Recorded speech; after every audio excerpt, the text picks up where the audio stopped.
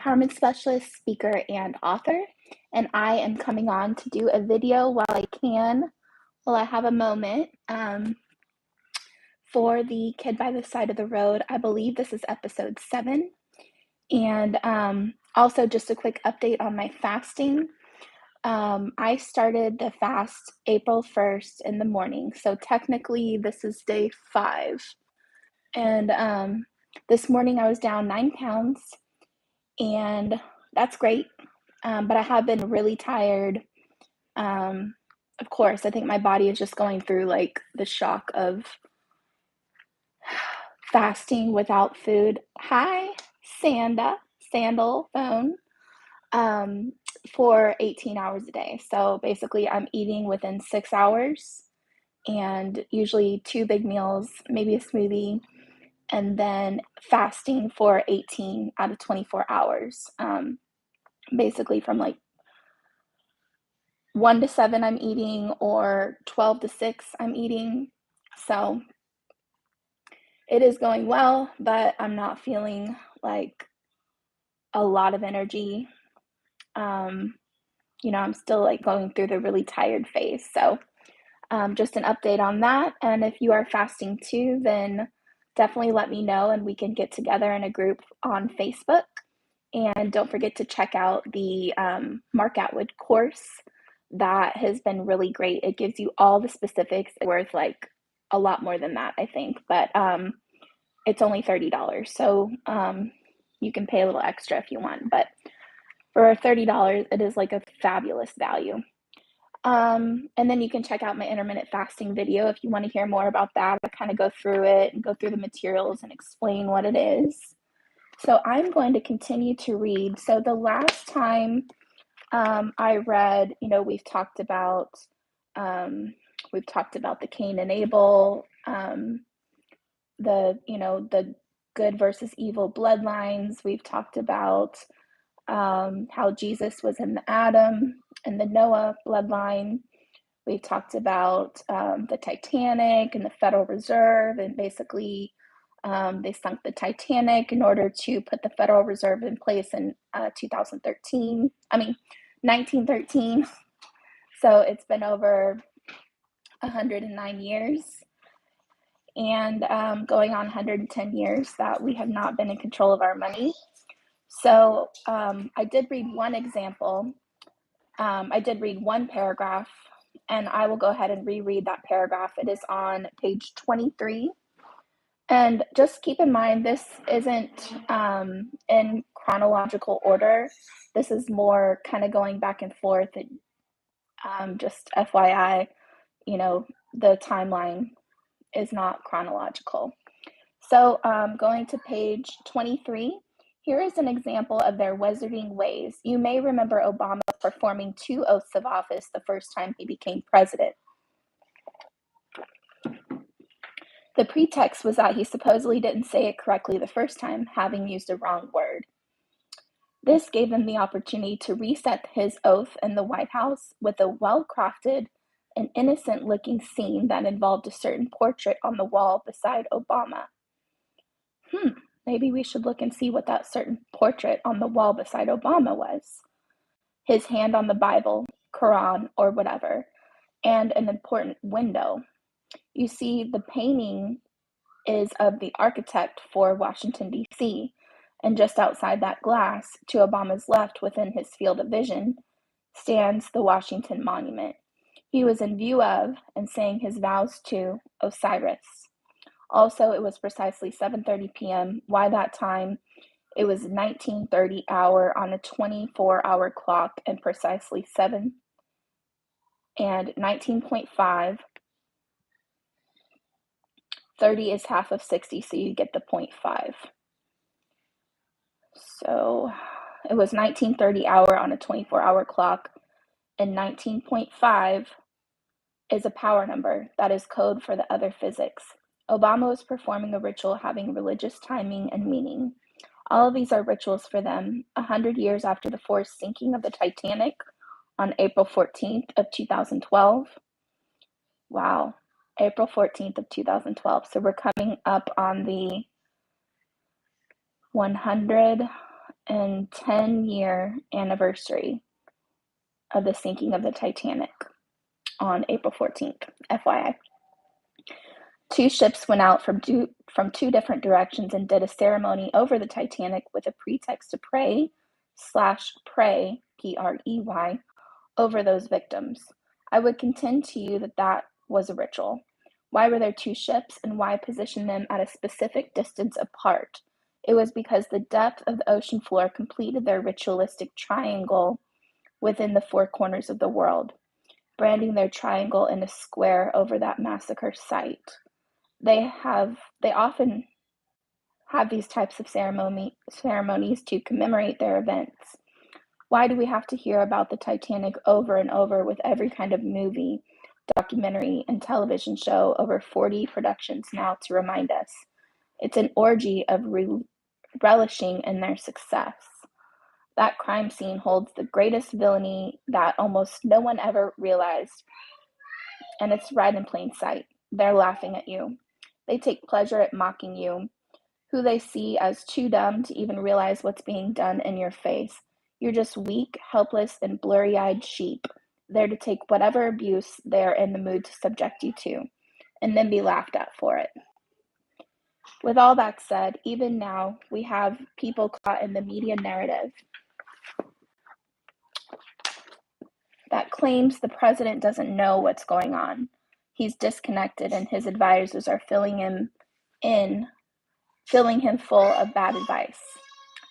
Well, some are. The saboteurs some planted long ago are still there to push their bad advice. But there are still many others in military intelligence who also have been diligently working on plans to wrest control from those desiring to be our masters.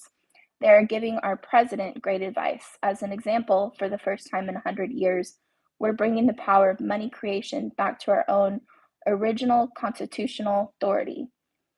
We are throwing off the shackles and shekels of their debt slavery, slaves no more. Okay, let's just read that again because I think we need to hear that.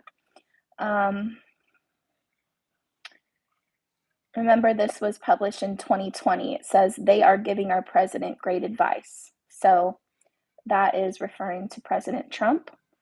As an example, for the first time in over 100 years, we're bringing the power of money creation back under our own original constitutional authority. We are throwing off the shackles and shekels of their debt slavery, slaves no more. So what did they do?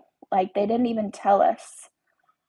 So he's saying that they are bringing the power of money creation back into our own original constitutional authority. Well, we know that they rolled the Federal Reserve under the U.S. Treasury. Is that what he's talking about? Could be that, and it could be a reference to Nasara. I don't know. But regardless, the shackles of debt are going to be coming off. And that's super exciting. And I am going to hold hope for that, hold prayers for that, hold space for that. And I really hope Nasara is a real thing, and I hope it happens. And we are slaves no more. We are no longer slaves. We'll never give it back. Along with the president, we are in the greatest fight of our lifetime, and all of you readers have to understand these times and decide to shoulder up with us and to be part of the answer as we overcome and overwhelm the oppression of these lecherous, self-serving deviants. A lot of people are fussing right now about how the various federal agencies and their officials are supposedly the entities really in charge of our country, and it's somehow not the president. Let me be kind. That is not the way it is. You haven't understood what has been happening during the presidency. Power has been consolidated all through these past 3+ years. The saboteurs and infiltrators are continuously being identified and eliminated or extracted. Our team is doing just fine. People have a wrong notion that these emergency management operations somehow give the deep state black hats control. Those who worry like this are listening to the wrong team. I don't want to hurt anyone over that misconception, but they need to just take a deep breath and realize that they're listening to the beats of the wrong drummers.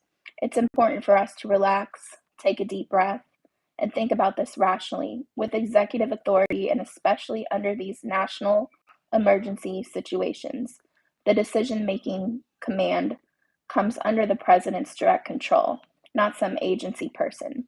That said, there may be a bit of wrestling match that occurs at times, but who's ultimately going to win? It will be the president every time. Well, that's not that reassuring, considering who is apparently in office.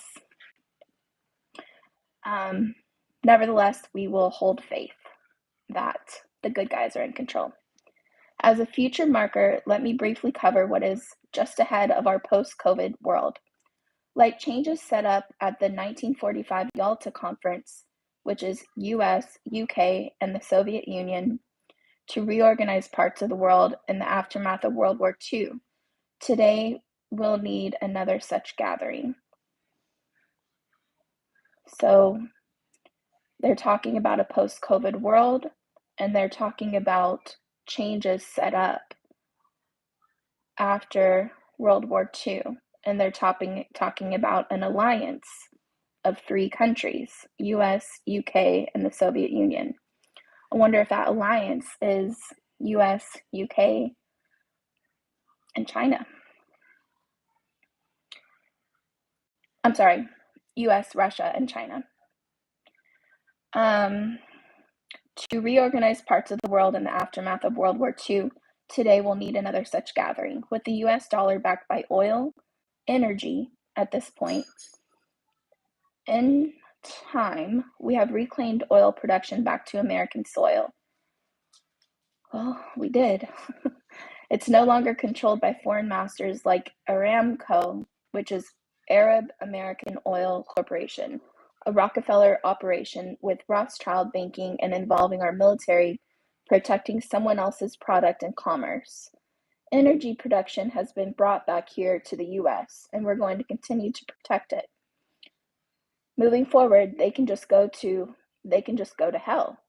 We will not be fighting their energy wars on foreign shores anymore.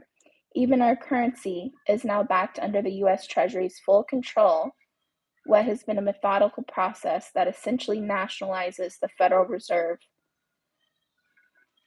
Several years ago, back even before Trump was the candidate, I said this method would be the eventual strategy. So what's coming will be like the post-World War II period, and that we need another Yalta-type conference, and I believe it will happen after the election in the latter part of 2021. There will have to be some kind of a new understanding and updated balance in the world, and obviously their plans are delayed. And speaking of the world politics and alliances, the Russian czars helped America against the British back at the time of President Lincoln and the Civil War. See, I think that's a clue, because he's saying, speaking of alliances, after talking about Yalta, then he's mentioning Russia, how Russia helped us. So I think that's a reference to say, yes, Russia is in this world alliance, in my opinion. And I'll read that again just for clarity. And speaking of the world politics and alliances, the Russian czars have helped America against the British back at the time of President Lincoln and the Civil War. They've been our friends in the past because we're natural allies. That doesn't mean I'm dropping my guard with Putin. I haven't gone all soft and pinko.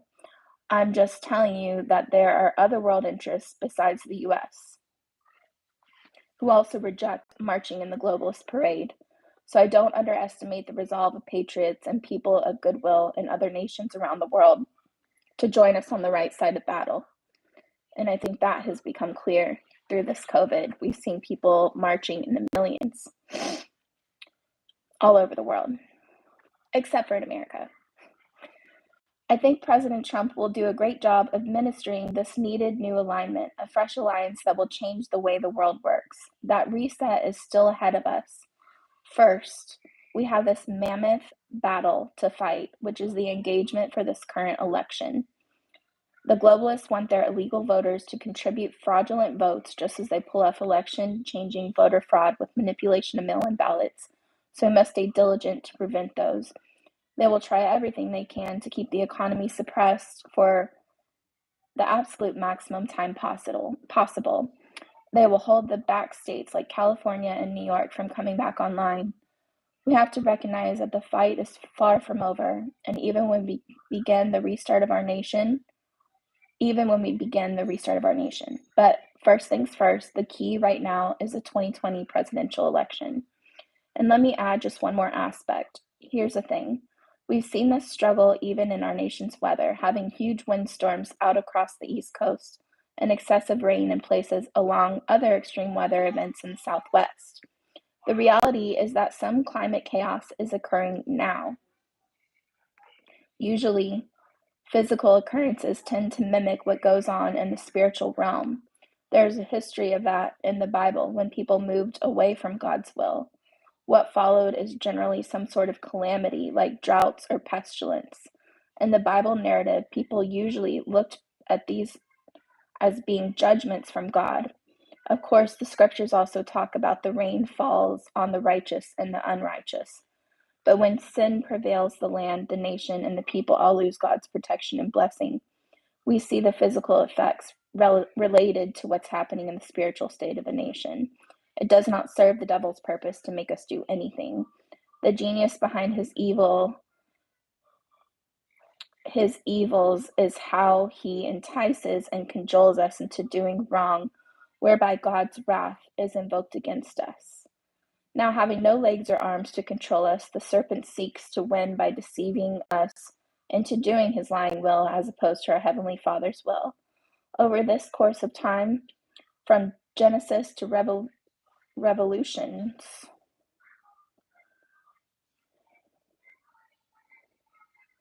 the astute student will note that the serpent, which was depicted crawling away from the garden in the dust, has evolved and aspires to become a dragon, such as seen across Asia, which is merely a snake that has grown arms and legs. So, just a note here, it says over the course of time from Genesis to Revolutions. It doesn't say from Genesis to Revelation. It says from Genesis to Revolutions. Interesting. Those who do his bidding have now become his limbs to do his will. Does that mean Revelation is not happening? I don't know. Or maybe it is happening, but it's the end for them, not us. Throughout the art of the royal bloodlines around become his limbs to do his will. Throughout the art of the royal bloodlines around the world, we repeatedly see the same imagery of a snake or serpent. The serpent says, as an act of will, I am the dragon. During the COVID crisis, we as a nation have thrown open our doors and windows. While the storm rages, we are cleaning out the garbage and debris, exorcising the verminous traitors and their wretched stink. Shortly, we will begin washing the walls and sweeping the floors with high hopes to soon be enjoying the cleanliness of a demon-free and wind-swept house. Wow. So I think we're still in the cleaning out the garbage and debris phase and exorcising the verminous traitors. Exorcising as in EXORCISING. So literally doing exorcisms on the demons. And he is saying that we are approaching a clean house and a demon-free and windswept house. What's going to occupy our clean house on the far side? After kicking all these demons out and getting our country clean, starting to get it back on track, do we fill the house with godly things? Do we fill the house with the Spirit of God? Or as the Bible says, once the demon is cast out and goes to dry places, he then comes back and sees the house he formerly lived in. It's swept, ornamented, clean, and with decorations. Does he choose to go out and get 7 other demons worse than him to all come back and take control of the house again, then making the fate of the man worse in his second condition than it ever was to begin with? After sweeping these monsters out, I would contend that as we people and our nation come out of this crisis with clean houses, hearts, and minds, to then just return to business as usual means that we're wide open for something far worse than than there ever was before President Trump and the Q team came along. They can help us to a certain point, but then it's up to the people to become what we're supposed to be. All the 17 team and President Trump can do is their best effort.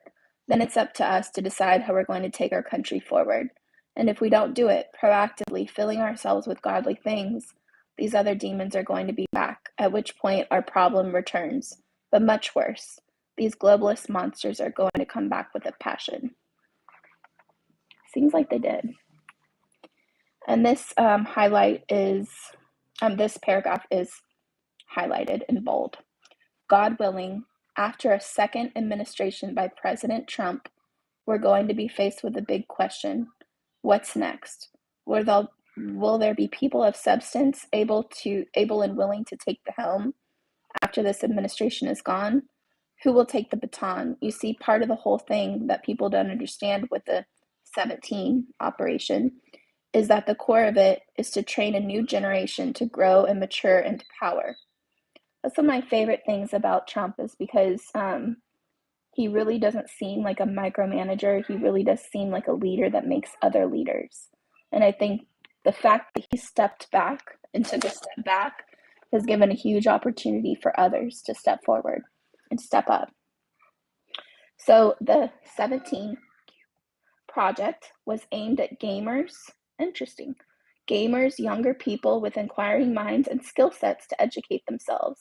Just like a gamer has to go through a new game to find out how to play it, what tricks there are, and how to advance past certain obstacles, they have to learn and try different techniques until they overcome a set of challenges to get to the next level.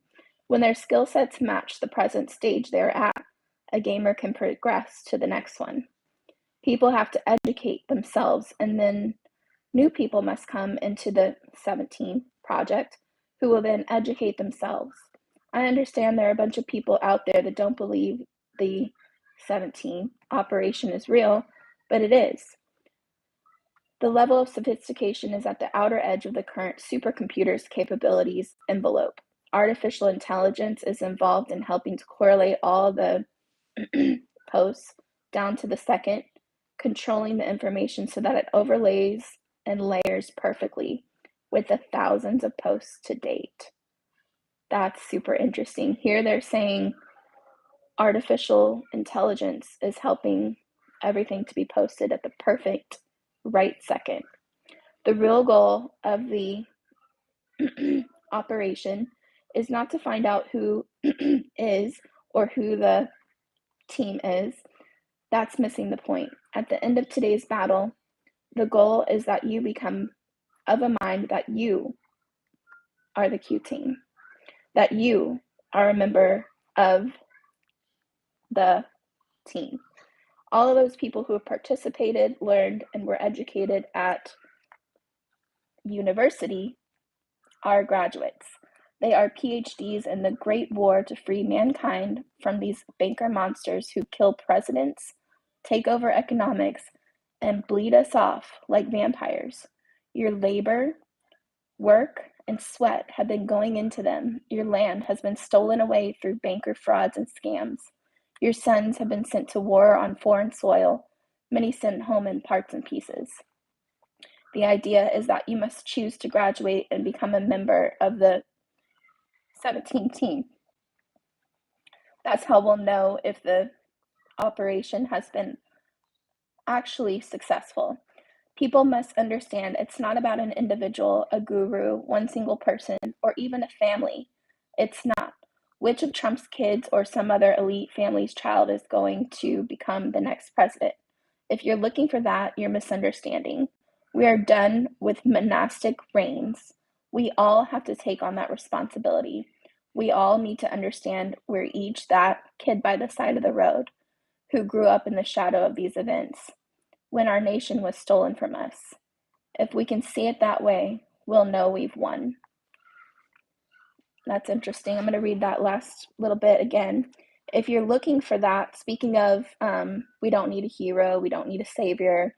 If you're looking for that, you're misunderstanding. We are done with monastic reigns. We all have to take on that responsibility. We all need to understand that we're each that kid by the side of the road, in quotes, who grew up in the shadow of these events when our nation was stolen from us. If we can see it that way, we'll know we've won. All right, I'm going to go ahead and stop there on page 27. And just understand, even if you weren't there from the very beginning, I've got my husband's going to grab them for me. Thank you. Just understand, even if you weren't there from the very beginning, you were still part of this. And we are the new media. And I encourage you to do your part in whatever you think that is. If you think that is starting up a YouTube channel, I want to encourage you for that. And just comment and reach out to me. I read every comment. I try to reply to every comment. And I would happily feature you on my show. I know that's something that previous Patriots have